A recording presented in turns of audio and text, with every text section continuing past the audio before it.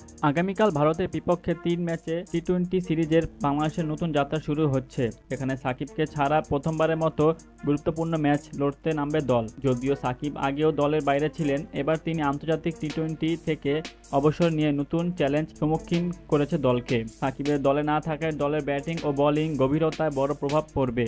বিশেষ করে যখন তিনি ব্যাটিংয়ে ৮ নম্বর পর্যন্ত লাইন আপ বাড়াতে পারতেন এবং বোলিংয়ে কার্যকর ভূমিকা পালন করতেন।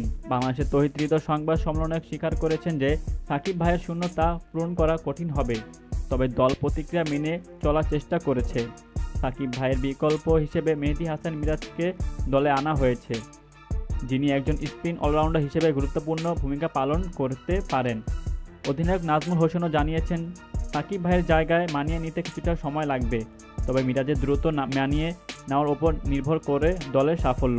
ভারত সিরিজে প্রথমবারের মতো ম্যাচটি বাংলাদেশ সময় সন্ধ্যা ৭টা ৩০ মিনিটে শুরু হবে।